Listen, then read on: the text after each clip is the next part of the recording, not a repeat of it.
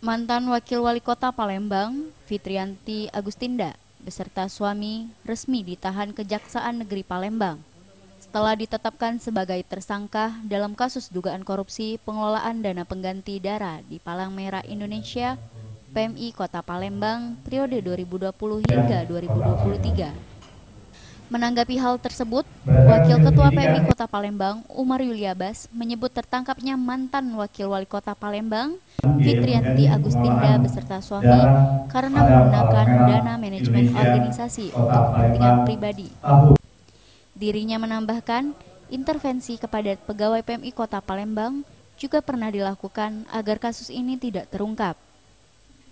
Fitriyanti Agustinda dan suaminya diduga aktif dalam pengelolaan dana biaya pengganti pengolahan darah yang tidak sesuai ketentuan dan berpotensi menimbulkan kerugian negara. Jumlah kerugian negara masih dalam tahap perhitungan. Yang itu memang dalam aturan diperuntukkan untuk manajemen organisasi. Nah, itulah yang disalahgunakan oleh oknum ketua tadi untuk kepentingan, lebih kepada kepentingan di luar kepentingan organisasi. Sempat ada intervensi untuk pegawai di sini?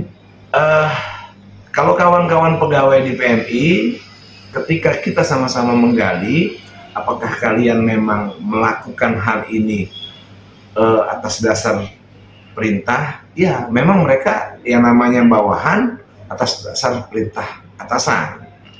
Tim Liputan Sriwijaya TV.